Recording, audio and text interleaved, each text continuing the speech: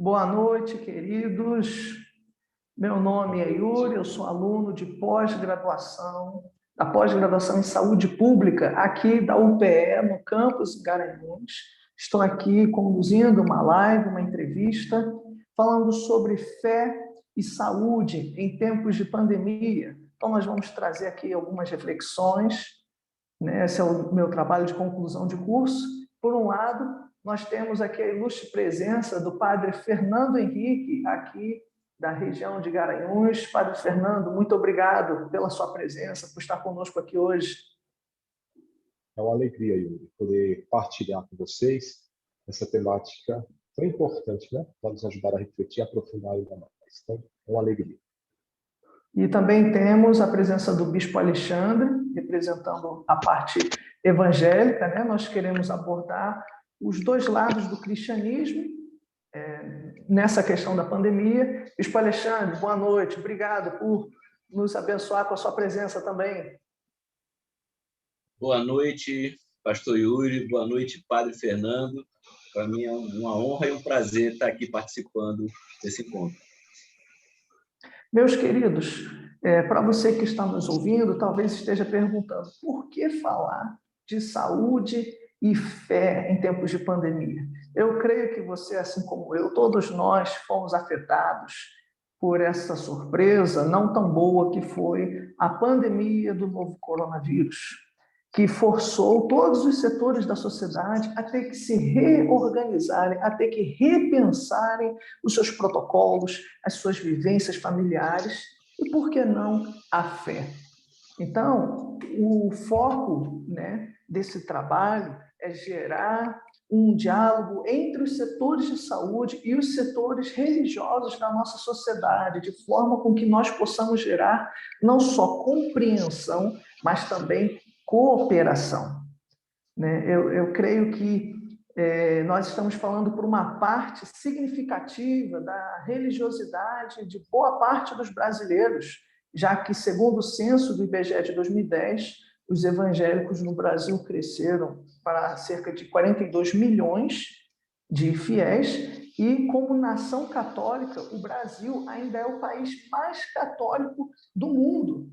Então, dentro dos princípios do SUS, que nós vemos justamente a questão da equidade, de tratar a saúde dentro da especificidade de cada grupo religioso, segmento, sexo, gênero, por que não nós atentarmos também ou dialogarmos com os setores da cristandade brasileira? Né? Fica até aqui, nós não abordaremos com relação à saúde e os grupos religiosos de matriz afro, fica até aqui a minha recomendação, mas o nosso foco nessa live será com relação aos grupos cristãos dentro do nosso país.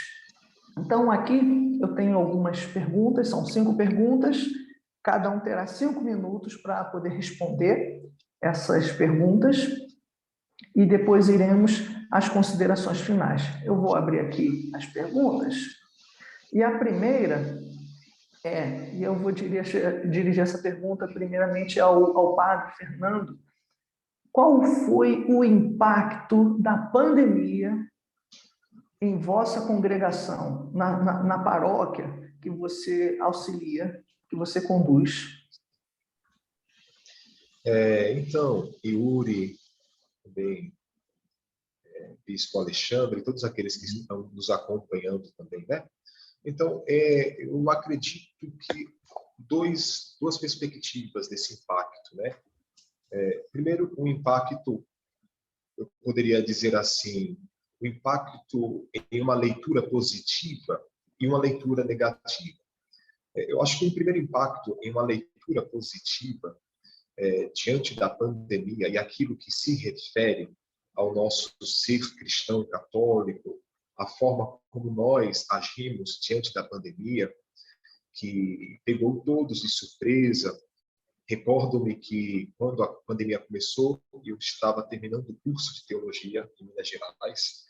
Então, nós tínhamos uma vida muito ativa, pastoralmente, academicamente, e, de repente, tudo teve que parar, tudo teve que fechar, e aquela calamidade, aquele medo, né, que se apoderou dos nossos corações, né, de perder os entes queridos, e vimos exatamente as igrejas terem que fechar as suas portas naquilo que se refere ao templo. E aqui que vem a perspectiva dessa visão talvez positiva. Porque ao mesmo tempo que vimos as portas das igrejas terem que fechar para os seus fiéis, devido às diretrizes do Ministério da Saúde e tudo mais, e aqueles vários discursos de que a igreja agora vai acabar, aquele negócio todo, mas a gente viu nascer exatamente uma compreensão que a Igreja Católica ela resgatou com o Concílio Vaticano II, ali em 1961 em diante, que é ressaltar a igreja doméstica, a importância de entendermos que também a igreja família é o primeiro núcleo antes da grande instituição hierárquica. Então, nós vimos nessa pandemia exatamente uma retomada dos valores cristãos, aqui os valores cristãos católicos, né, das pessoas que, não podendo ir para as missas, não podendo manifestar as suas devoções populares no templo, mas não deixaram isso fazer com que não os fizessem em suas casas. Então, é uma perspectiva positiva, porque ressaltou isso. Olha, dentro de casa podemos também fazer igreja nesse momento da pandemia. Então, foi algo louvável, né? A gente via várias lives, várias formas de poder ajudar essa dimensão. Então, é uma perspectiva, ao meu ver, nesse olhar, nessa visão positiva.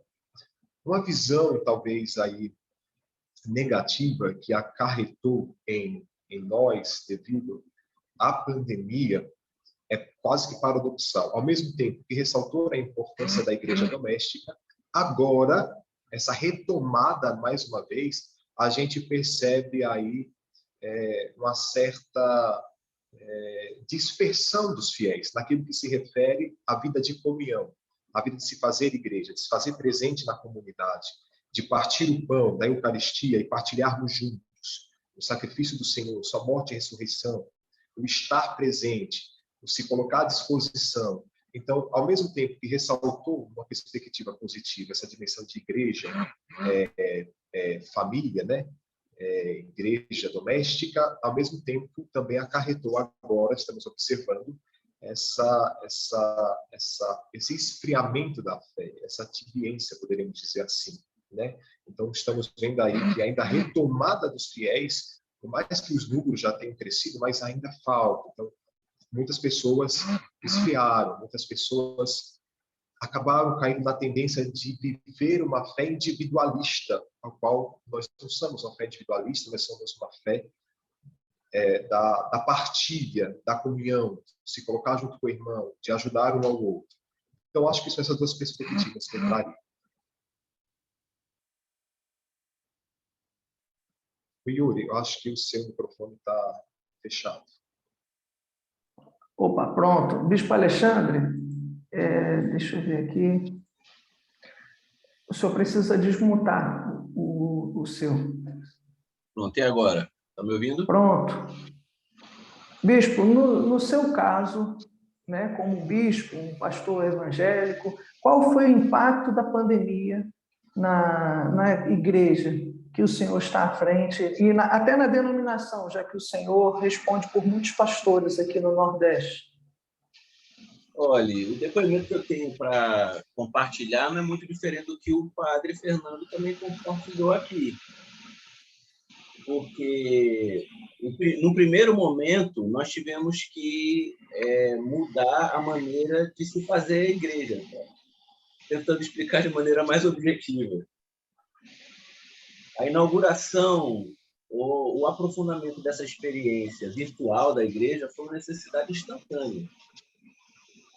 Nós, prevendo que as pessoas estariam sendo expostas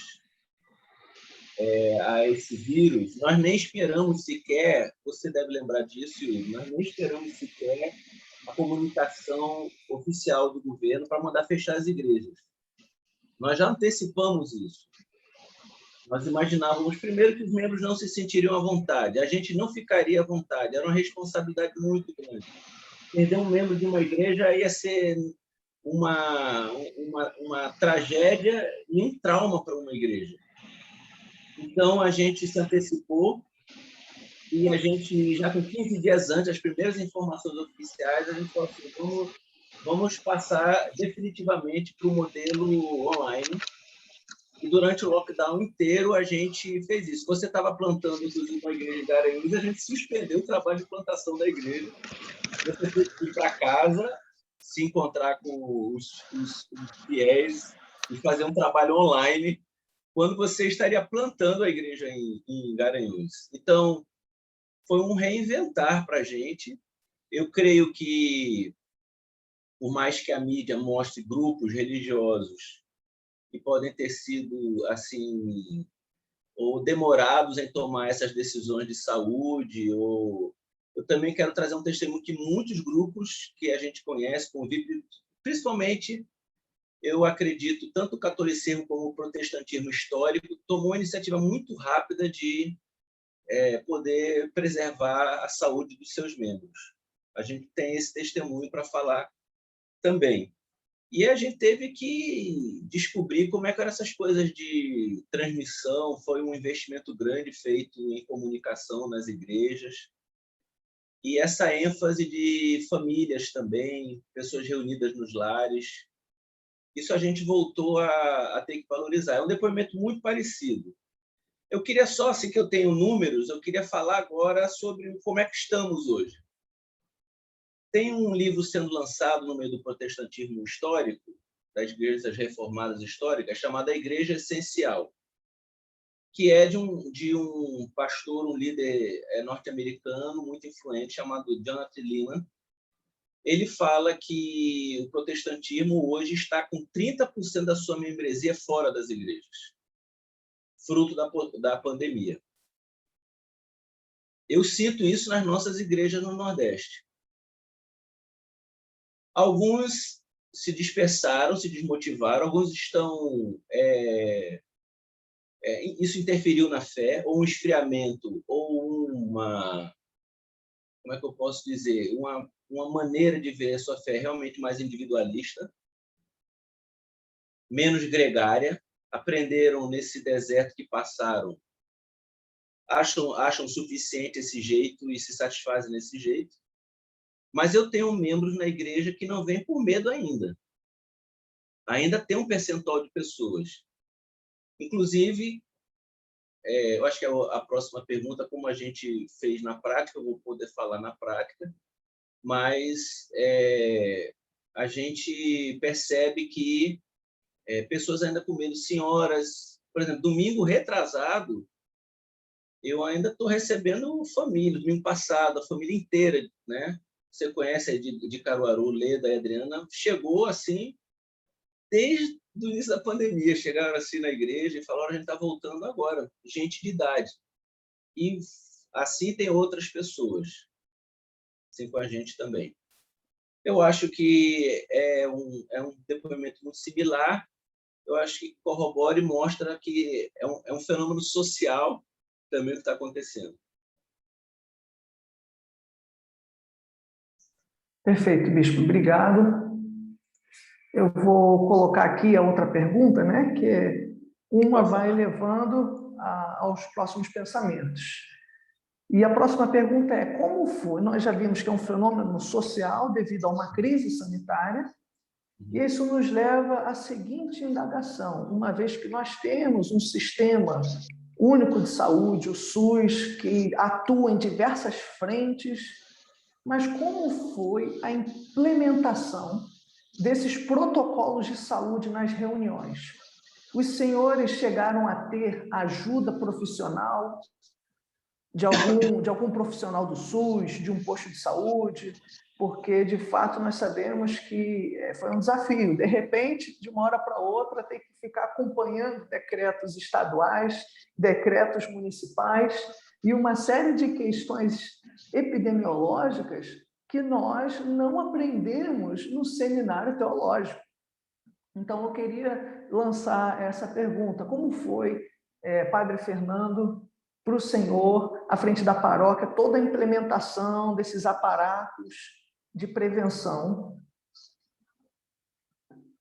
Então, eu acho que uma das primeiras coisas que observamos, e pegando aqui a fala do bispo Alexandre, era algo tudo muito novo, né? Então, não sabíamos como proceder logo no início. Houve aqueles desencontros nos meios de comunicação, houve aqueles desencontros na Secretaria do Ministério da Saúde, um desencontro também praticamente mundial, né? Então, a primeira atitude foi um certo impacto das pessoas. As pessoas tiveram medo.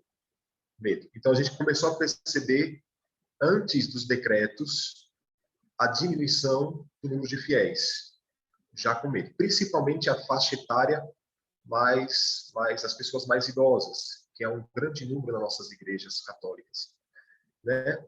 E depois, assim como o bispo Alexandre nos disse, também a Igreja Católica, eu lembro que eu estava lá em Belo Horizonte, Dom Valmor, ele rapidamente, antes do decreto estadual, ele fez um decreto eclesiástico para toda a arquidiocese, afirmando que deveríamos parar todos os tipos de celebrações com o público e que fosse investido exatamente nas transmissões.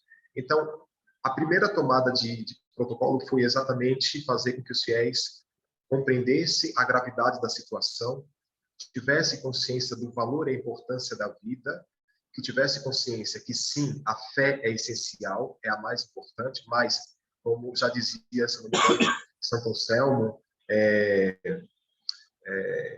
glória Dei est homo vivens, a glória de Deus é o homem vivo. Então, a primeira coisa foi rapidamente tentar conscientizar as pessoas para que não houvesse grandes embates, né, na linha da fé e na linha da razão, da ciência, ao ponto de a fé tentar discordar da ciência, que também é um dom e a manifestação de Deus. Então, olha, realmente a ciência está nos indicando que é preciso termos cuidado. Então, o primeiro passo desse protocolo foi fechar as igrejas, padres celebrando apenas através das lives, no máximo ali 3, 5, 4 pessoas, 6, para ajudar exatamente nas celebrações.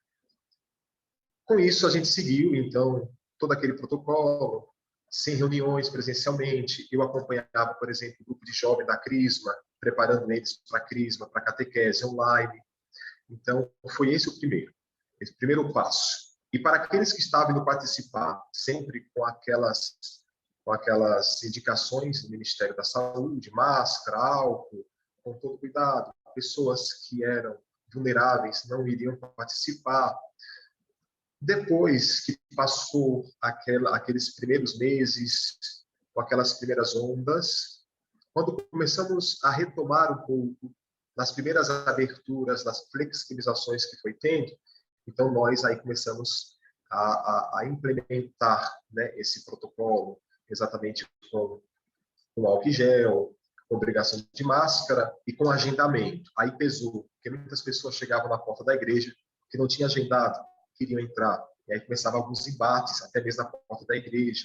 Algumas pessoas que inferiorizaram a dimensão da pandemia. Então, assim, foi um trabalho, pouco a pouco, sendo desenvolvido. Então, o primeiro passo foi fechar as igrejas, todo mundo em casa. Depois daquele período, retomamos com um número ainda reduzido de fiéis, mas com todo o protocolo que o próprio Ministério da Saúde indicava. E assim foi se seguindo.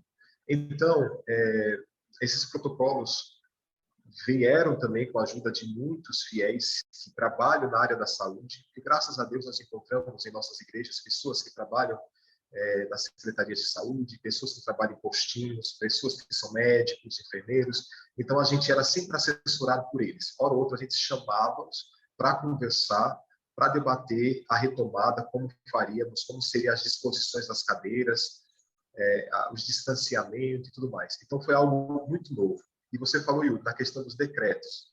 Eu lembro que aqui em Pernambuco, tinha a hora que o nosso bispo, Dom Paulo Jackson, bispo aqui da nossa diocese de Garanhuns, então ele fazia um decreto, isso, né?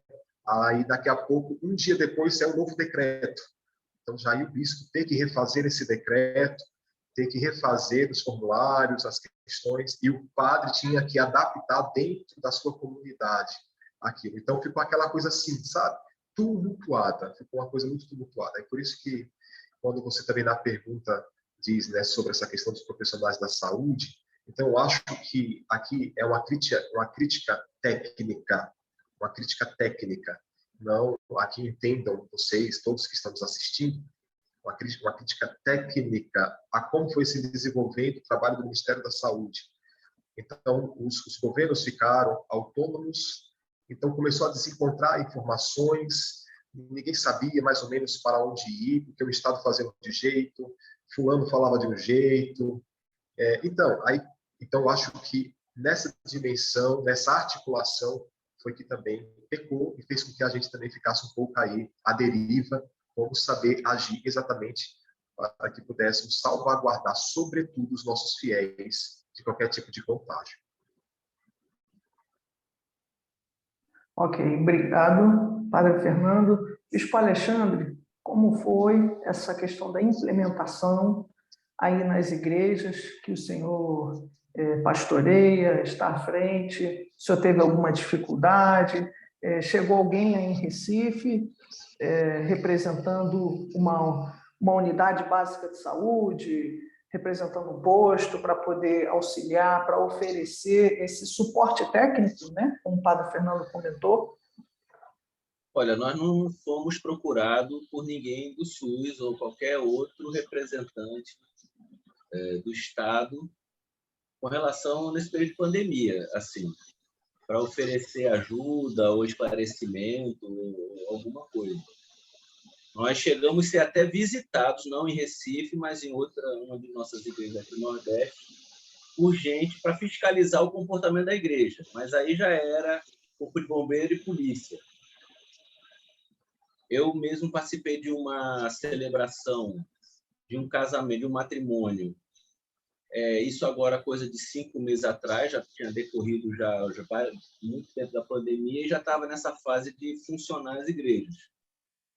E no meio da celebração do casamento, o corpo de bombeiro chegou juntamente com a polícia e se posicionou atrás do templo e não tomaram iniciativa nenhuma, mas quando terminou, fui perguntar. Não, nós estamos fiscalizando e queremos ver. Graças a Deus estava tudo certo. O distanciamento, a sala, os espaços, naquele momento, como os protocolos exigiam naquele momento. Mas, a despeito da fiscalização, antes nunca recebemos nenhum tipo de orientação pessoal ou uma visita do sistema de saúde.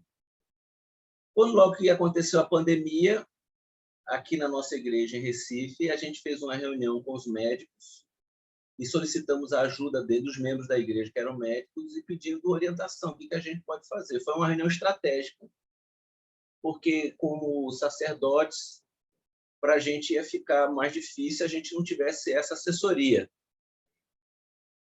As informações eram muito desencontradas e nos sentimos mais seguros em unir a orientação deles com o pouco que a gente encontrava na imprensa e também no site do Ministério da Saúde. Mas também deixo aqui uma crítica em que foi muito desencontrada as informações.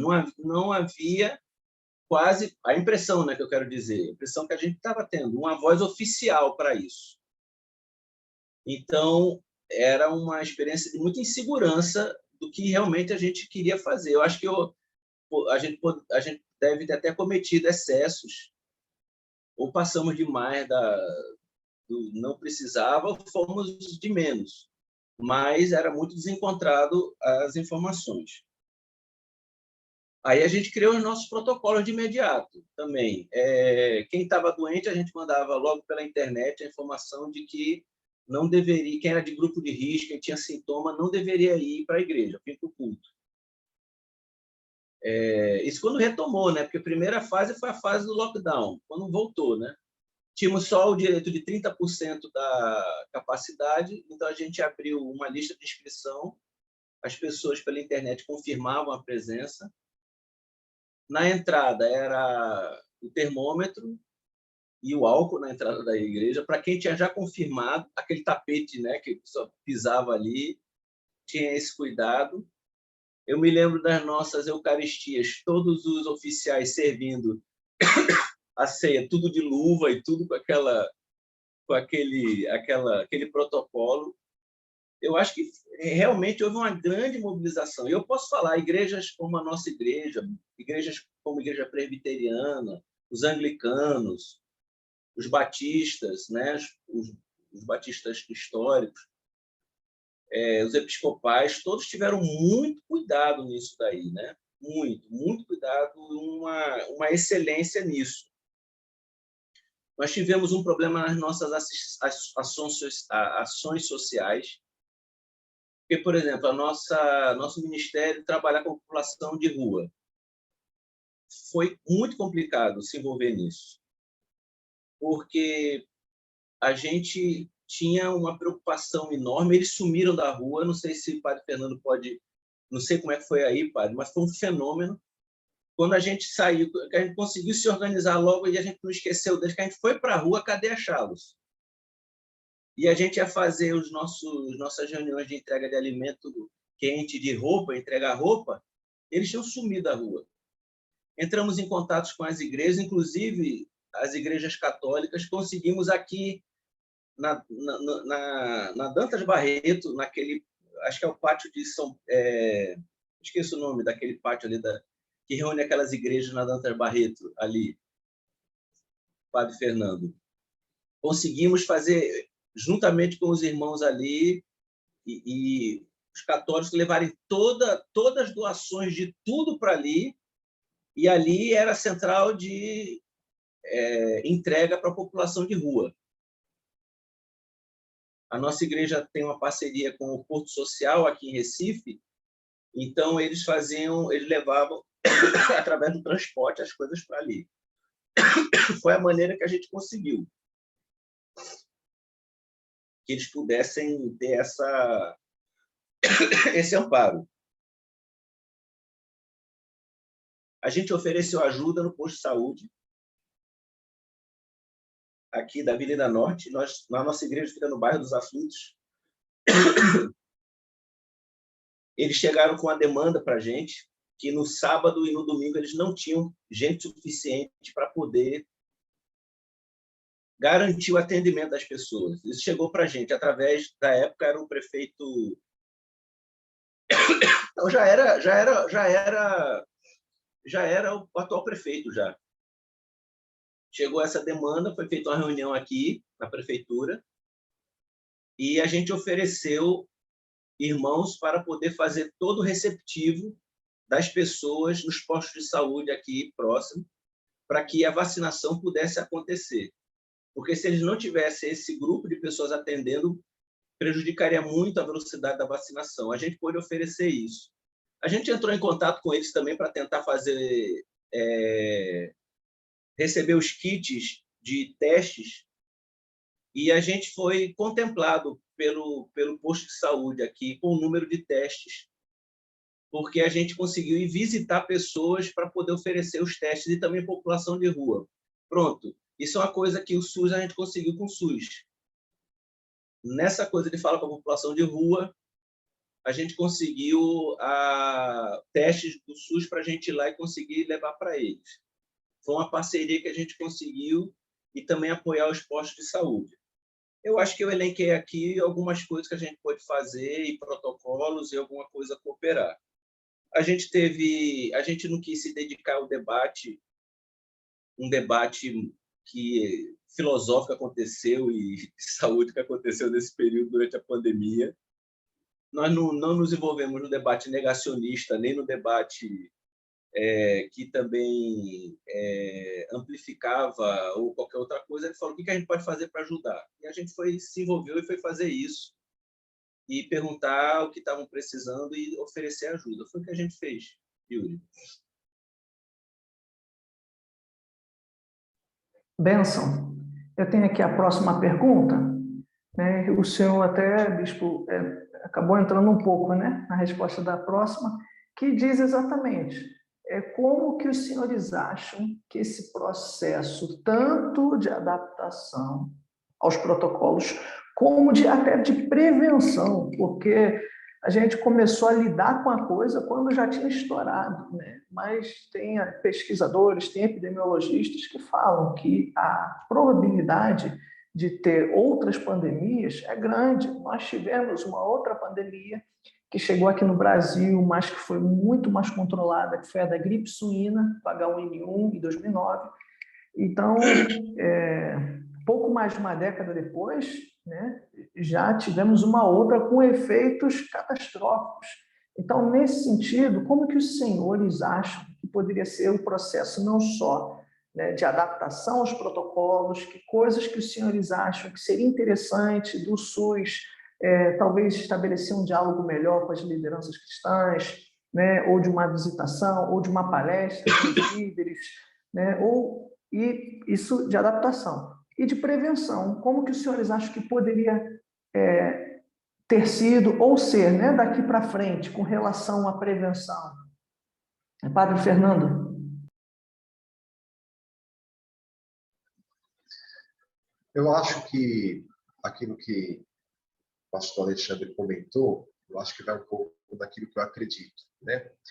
Aquilo do marco, né, do órgão maior para com as denominações cristãs, faltou exatamente este contato maior, né? Este chamar para a discussão, chamar para entender, chamar para pedir ajuda, porque sabemos que a dimensão religiosa é essencial para aquelas discussões todas, né? E, de fato, porque isso, a pandemia acarretou nas pessoas um desequilíbrio emocional muito grande.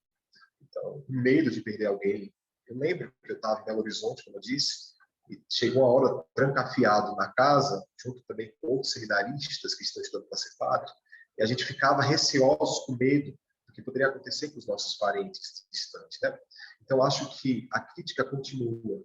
Então, faltou primeiro aí uma organização interna, né, desse órgão, referente aos dados, às informações, e depois exatamente, com rapidez, chamar os líderes religiosos, as igrejas, exatamente para explanar o que havia, o que estava acontecendo, de fato, e chamar também para ajudar as pessoas, porque o fator espiritual contribui grandemente para as pessoas, tanto as pessoas que foram infectadas, tanto as pessoas que perderam alguém, e tantas as pessoas que estavam trancafiadas com medo.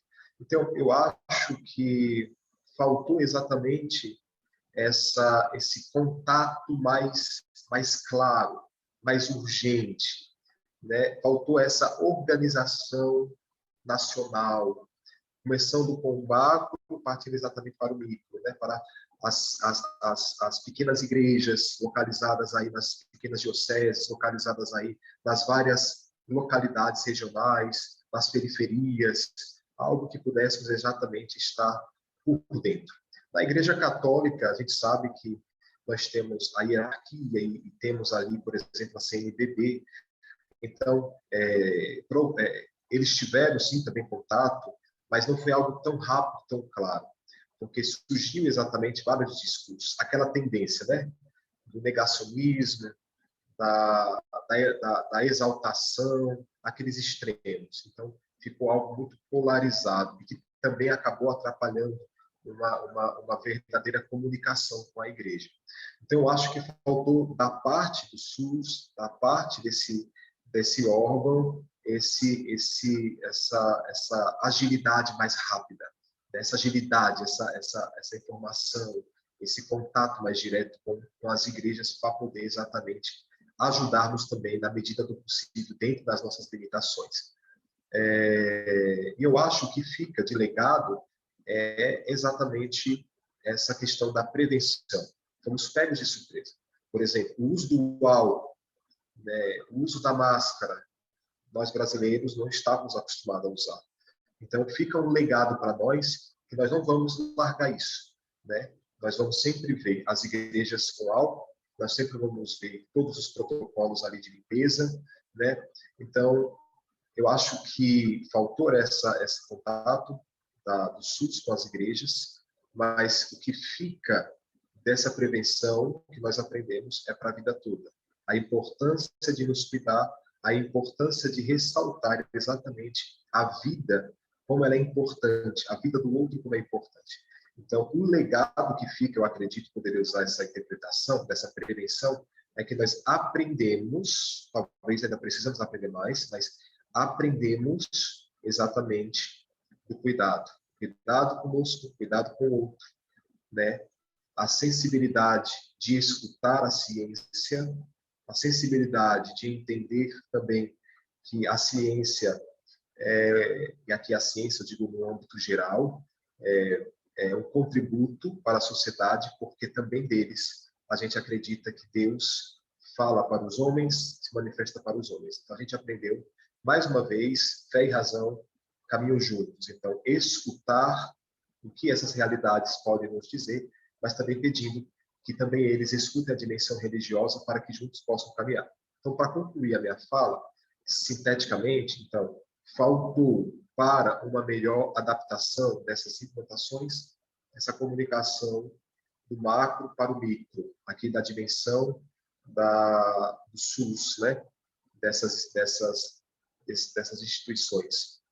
E, como essa questão do protocolo, como eu disse, a gente foi pego de surpresa, fomos aprendendo ao longo desse processo da pandemia, mas ficamos com esse legado, que é preciso caminharmos juntos, né? Preservando as vidas, escutando a ciência, sabendo que a ciência está a serviço de Deus também a favor dos homens, né? Então, acho que esse legado da prevenção a gente já aprendeu, temos que aprender mais, e se vier futuras pandemias, acredito que as igrejas cristãs nós estaremos previamente preparados.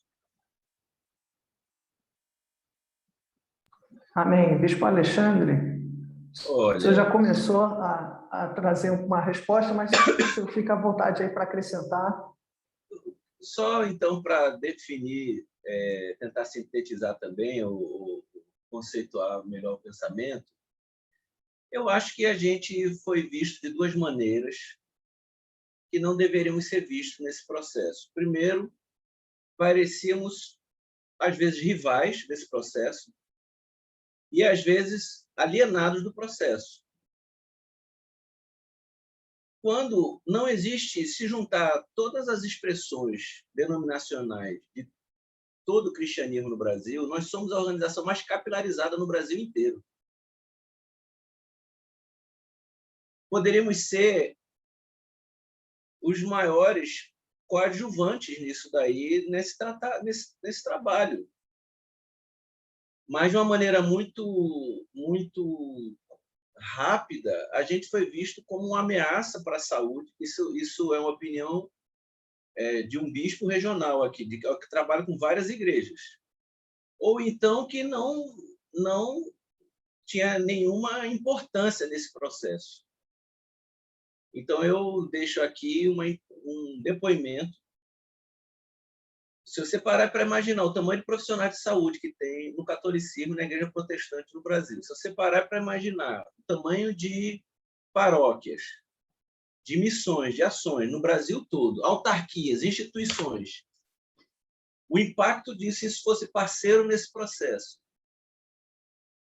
E mesmo antes de a gente se pronunciar com qualquer coisa, se espalhou uma informação que, para nossa percepção, a gente não merecia ter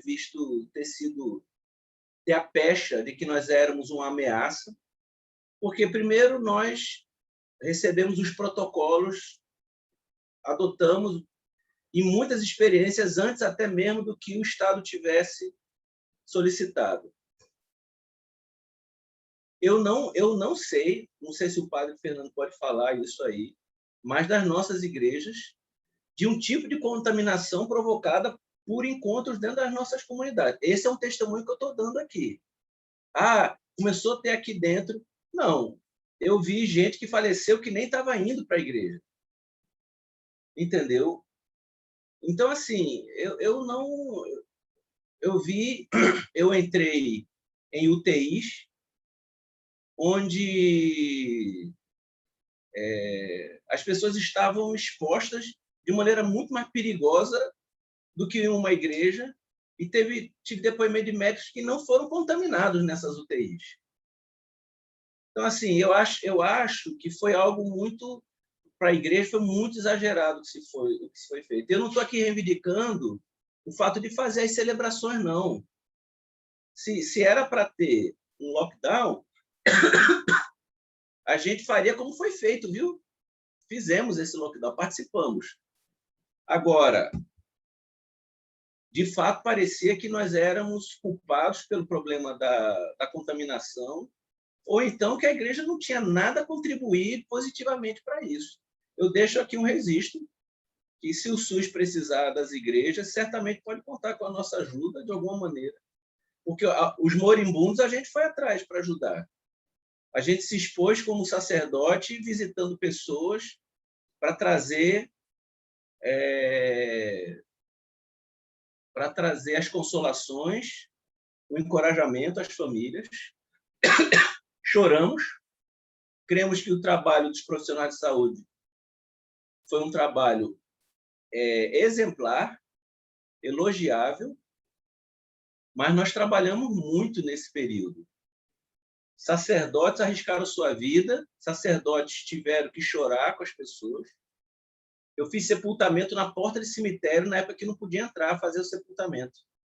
Então, vi o carro direto do IML, parava na porta, a família chorando no Parque das Flores, que é um cemitério aqui em Recife, e a gente do lado de fora, chorando com 4, 5, porque não podia ir mais gente do que isso, e abraçados ali, deixar o carro do IML, porque o serviço funerário não podia fazer. O máximo que fazia era deixar num ataúde lá, e vinha e se despedir, porque nem no Parque das Flores a gente podia entrar. Chegamos a viver essa fase aqui. Quem estavam lá eram os sacerdotes. Então, eu acho que essa separação do Estado para a Igreja, que é uma separação que é entendida pela própria Igreja, a Igreja entende a importância do Estado laico, nós tivemos um Estado com muito preconceito religioso. Eu acho que deveria ser registrado isso. Porque a maioria dos sacerdotes tem uma experiência na área de psicologia também, e nós trabalhamos muito nesse tempo, atendendo casais que... Porque a gente não está falando só de saúde. Um detalhe aqui, que eu esqueci de falar, e a saúde mental, que é saúde também. E as famílias vivendo no limite da sua saúde emocional. E a gente tendo que fazer, conversando, passando horas na internet, conversando com as famílias. Entendeu? Produzindo material. O que eu produzi de material para a família? Fazendo devocionais diários só para suprir a necessidade das famílias. Ó, vamos nos encontrar, põe todo mundo aí. A quantidade de coisa que o nosso departamento infantil fez de conteúdo para que as crianças não pudessem ficar sem fazer nada dentro de casa ou se canibalizando de tanta tensão que tinham, foi muito grande. Então, eu acredito que a igreja ela continua sendo essencial nesse momento. Que a fé, que os religiosos, eles continuam sendo essencial nesse momento. Estendi, desculpa pela demora e estender o que eu falei. Sem problema. Muito obrigado pelas colocações. Estamos caminhando para o fim. Essa pergunta agora é uma pergunta polêmica, né? Meu objetivo com essa pergunta não é entrar em questões políticas, embora isso acabe desenrolando, né, indiretamente em políticas públicas, mas como os senhores estão lidando com a questão da vacinação nas igrejas, né? Eu sei que é um assunto ainda hoje muito controverso, né? Tem pessoas que questionam a eficácia, ao mesmo tempo se fala não só em passaporte de vacina, tem pessoas que, sem problema nenhum, se vacinaram, também tem pessoas que não querem se vacinar por nada. Como que os senhores estão lidando com essas questões de vacinação dentro das igrejas? Padre Fernando. Quer que eu fale? Quer que eu comece? Desculpa, fica à vontade. Não, mas se eu quiser comentar também, pode, não tem problema não.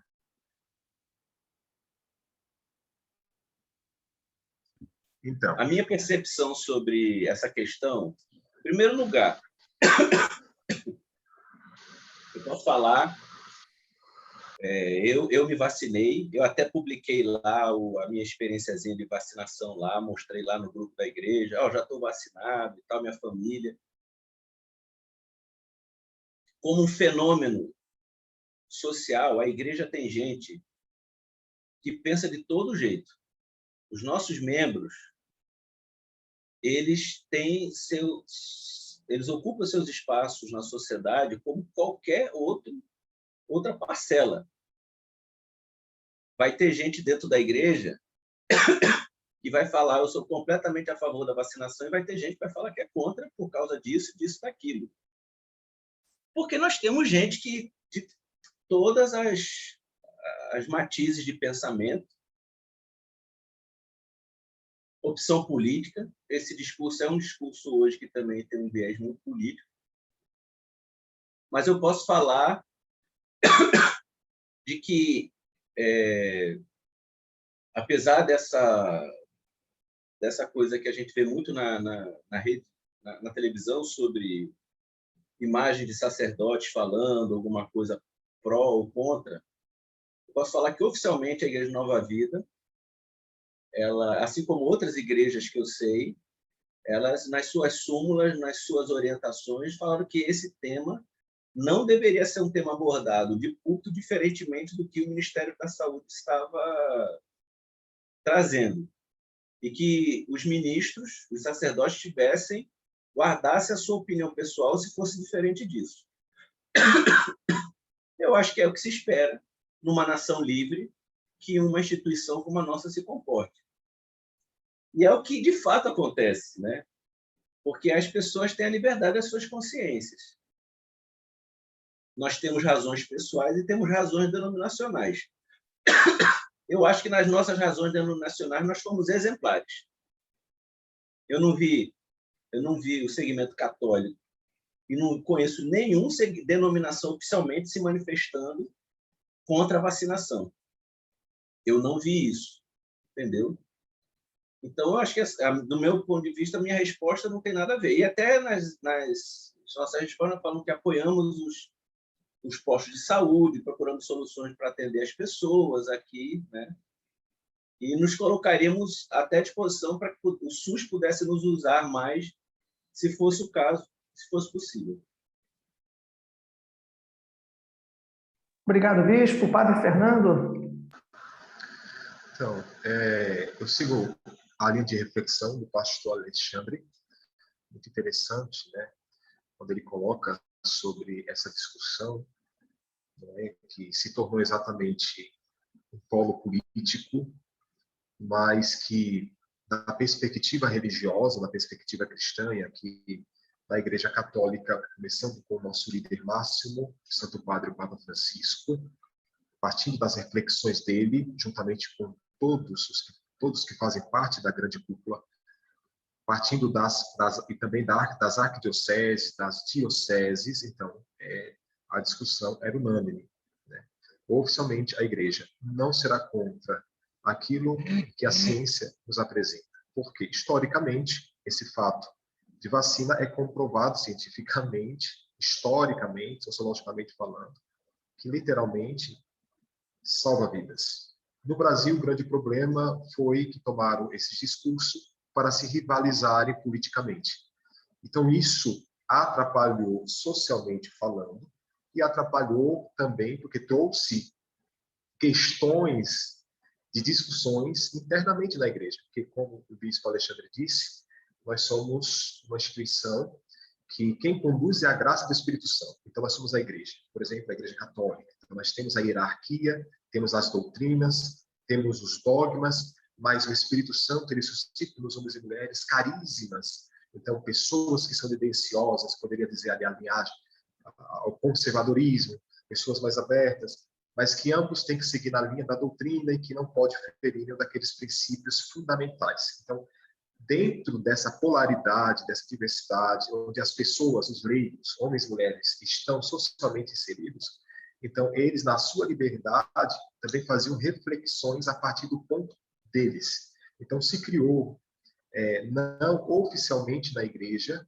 mas em polos reflexivos dentro da liberdade de expressão, pessoas que foram ao público, que eram contra, que discursaram contra, pessoas que eram a favor e foram lá, enfim. Então criou essa polaridade, né?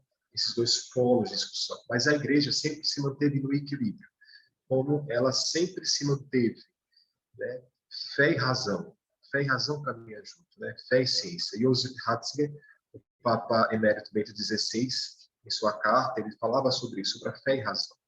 A igreja, ela olha para a ciência, ela olha para essas possibilidades como uma manifestação da ação de Deus através da capacidade da ciência de contribuir para uma vida plena para a sociedade, para os homens e para as mulheres. Então, a igreja o que fez nesse período? Manter o equilíbrio, permitir que as pessoas se manifestassem, mas ao mesmo tempo, exatamente ponderando, mostrando o princípio doutrinal da igreja, qual é o princípio da igreja. Então, os bispos, os sacerdotes, o Papa oficialmente se declarou exatamente a favor da vacina. E a partir daí, cada diocese, cada paróquias foram exatamente refletindo com os leigos e leigas a importância da vacinação. Por exemplo, eu tenho fiéis que já disseram: padre, eu não tomo vacina, não vou tomar vacina. Tá bom, minha filha.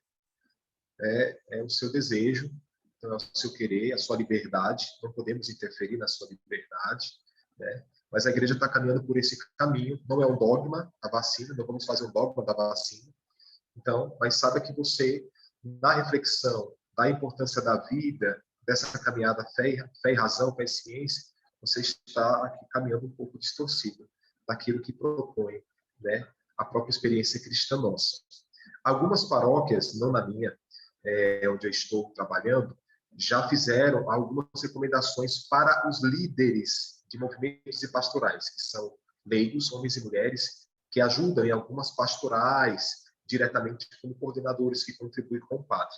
Então, algumas paróquias já fizeram a carta afirmando da seguinte forma: olha, pessoas que, por exemplo, trabalham, são coordenadores dos grupos de canto, que não se vacinaram, não poderão exercer a coordenação, não poderão ser coordenadores, porque subentende um contra-testemunho daquilo que se refere à comunhão com o corpo da igreja. Então, não serão. Como, por exemplo, quando a gente leva a Eucaristia aos doentes, né, o pão do céu, então, geralmente são pessoas idosas. Então, já estamos refletindo isso, se pessoas que não se vacinaram deveriam levar.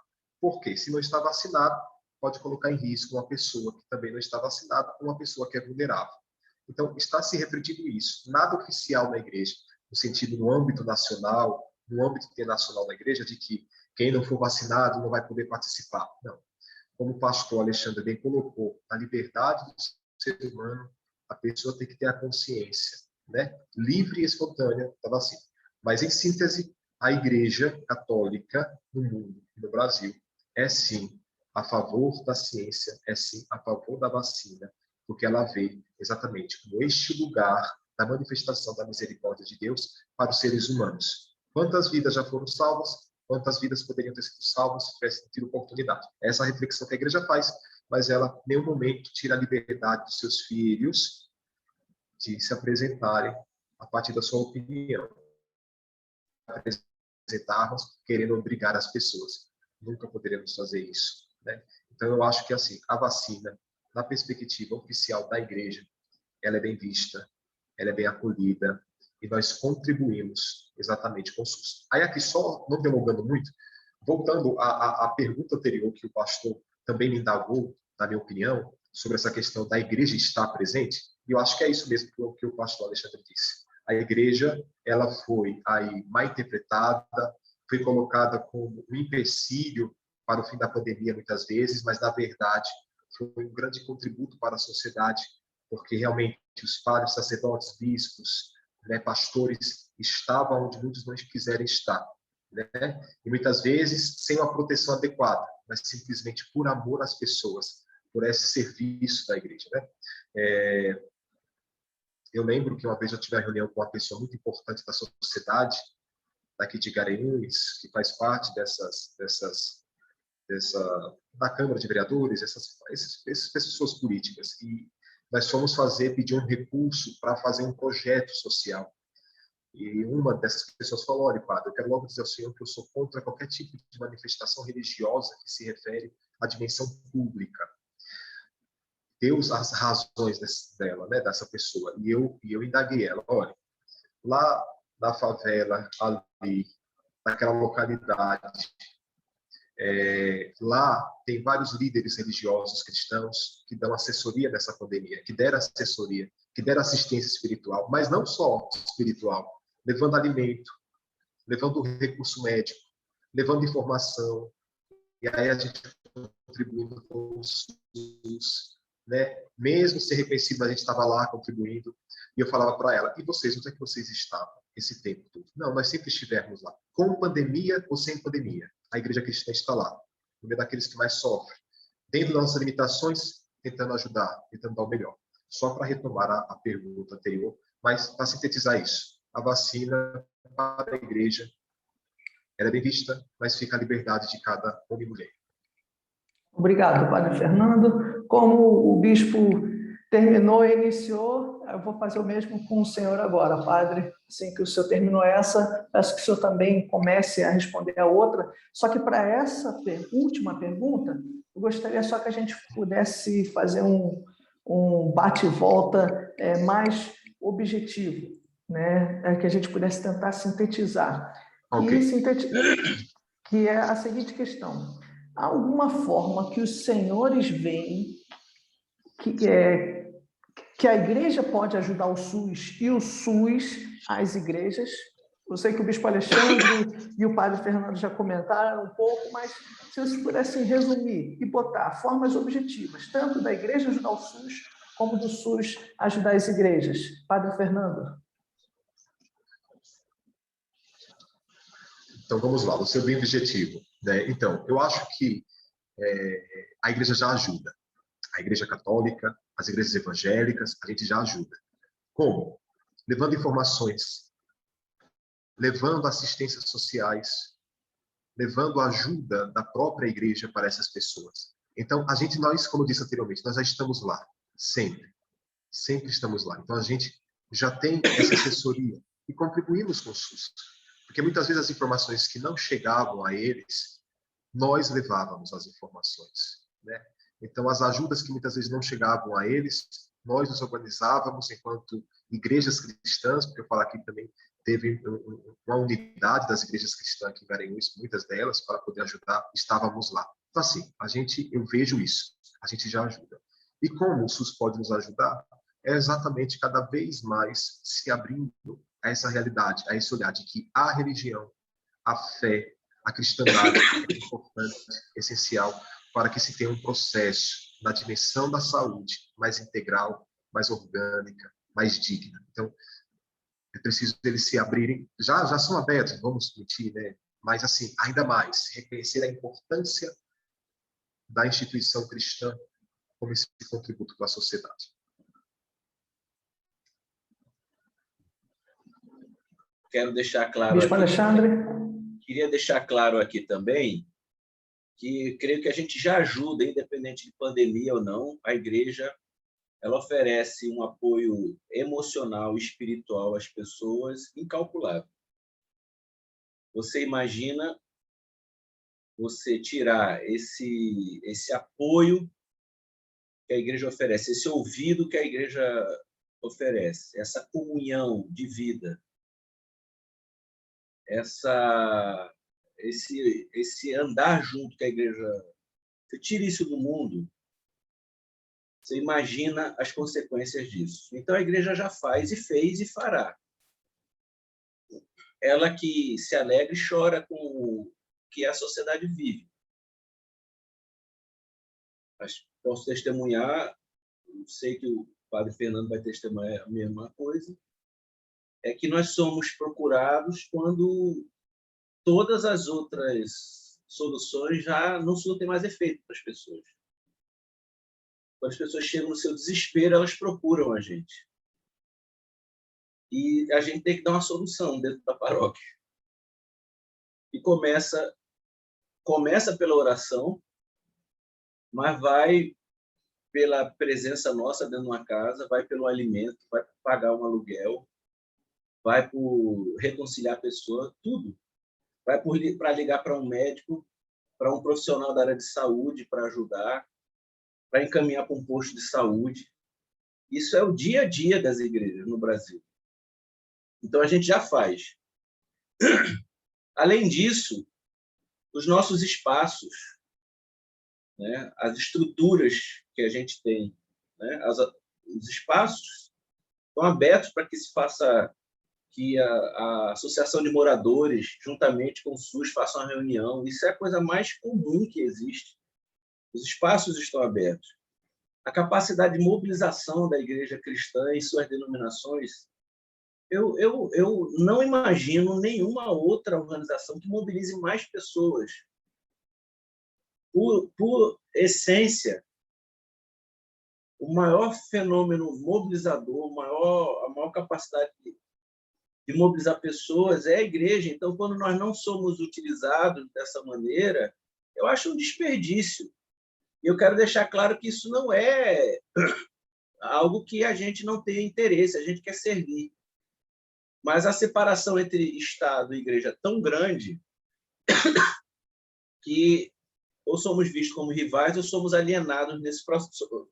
Nos alienam desse processo. Não é a gente que é alienado, não. Nos alienam desse processo. E nas nossas muitas instituições, né, parcerias, né, com os hospitais que existem, né, eu vejo que ainda poderia ter sido feito um apoio melhor a isso, né? Muitas instituições são cobrados tanta exigência burocrática que a gente faz apenas com os nossos recursos e podemos receber mais apoio para fazer isso. A gente tem trabalhos sociais aqui e única e exclusivamente sustentado pelo que os membros da igreja fazem. A gente tenta algum tipo de apoio, não tem. E esse trabalho está dentro dessas favelas, dentro desses lugares, e poderia receber um apoio. Não porque a gente se acha melhor do que ninguém, que se todo tipo de iniciativa nesse sentido, da igreja ou fora da igreja, deveria ser apoiado. Mas hoje em dia, para uma instituição religiosa obter apoio financeiro, só o fato de ser uma instituição religiosa, as portas se fecham para receber dinheiro do contribuinte para fazer algo para o próprio contribuinte ou para os assistidos. Volto a dizer, uma instituição muito mais capilarizada do que o Estado brasileiro. Nenhuma instituição privada ou pública está tão disseminada no Estado brasileiro.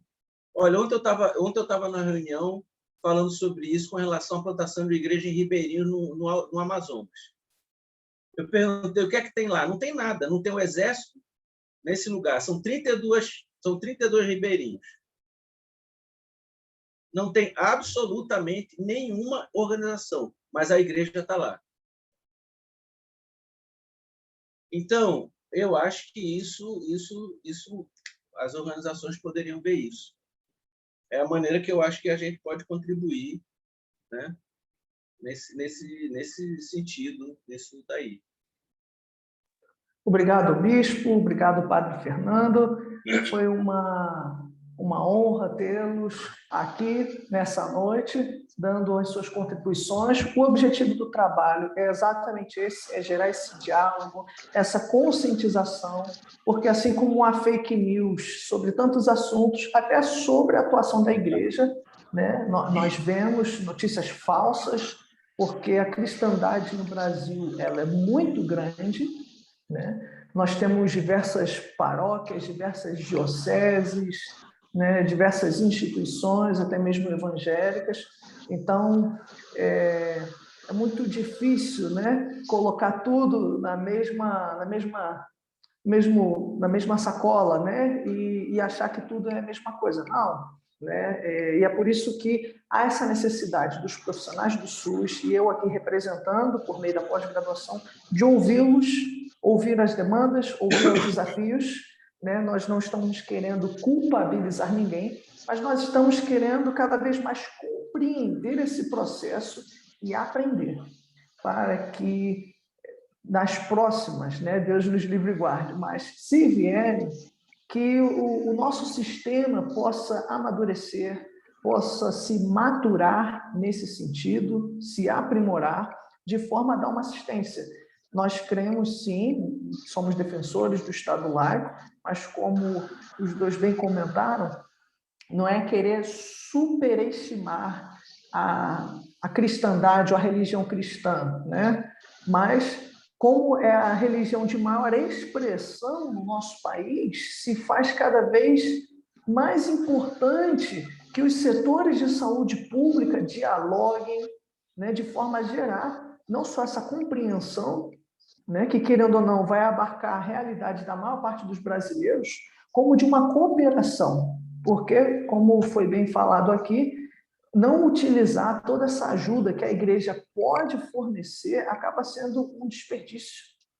Então, eu queria novamente aqui agradecer, muito obrigado, Padre Fernando, Bispo Alexandre, que Deus vos abençoe rica e abundantemente. E eu deixo aqui livre, caso vocês queiram dar alguma palavra final para os nossos ouvintes. Só dizer que foi um prazer conhecer o Padre Fernando. Eu estou à sua disposição aqui, meu irmão. Precisando da gente, pode contar com a gente. Foi um diálogo muito edificante, fraterno, como se espera de homens de Deus. Eu creio que todos nós estamos preocupados, vi a preocupação em vocês também, em a gente poder ajudar pessoas. Parabéns aí pela iniciativa, Yuri. Pastor Yuri, que você seja muito bem-sucedido no seu projeto aí. Deus abençoe a vida de vocês. Um prazer. Padre Fernando. Eu agradeço também imensamente a oportunidade. Eu acho que eu saio daqui enriquecido com essa partilha, né?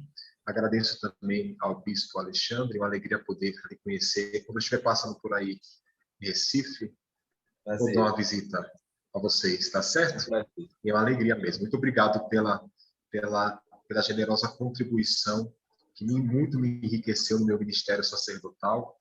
Agradeço também a todos que estão nos acompanhando, a todos aqueles que vão assistir ao longo do tempo, né? E dizer, olha, não tenha medo, caminhe conosco, nós cristãos, juntamente com todos os homens e mulheres de boa vontade, queremos uma sociedade cada vez melhor, mais justa, mais fraterna, onde nós podemos nos ajudar.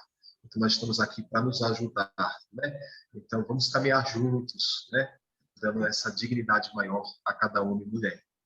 E agradeço a Yuri pelo convite, desde já parabenizo pelo lindo trabalho que você já tem desenvolvido, que, como o Bispo Alexandre disse, que você seja bem-sucedido, né? Que você seja esse sinal de sal e luz no meio da sociedade.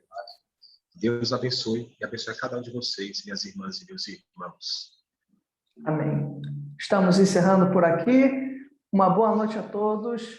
Fiquem na paz do Senhor Jesus.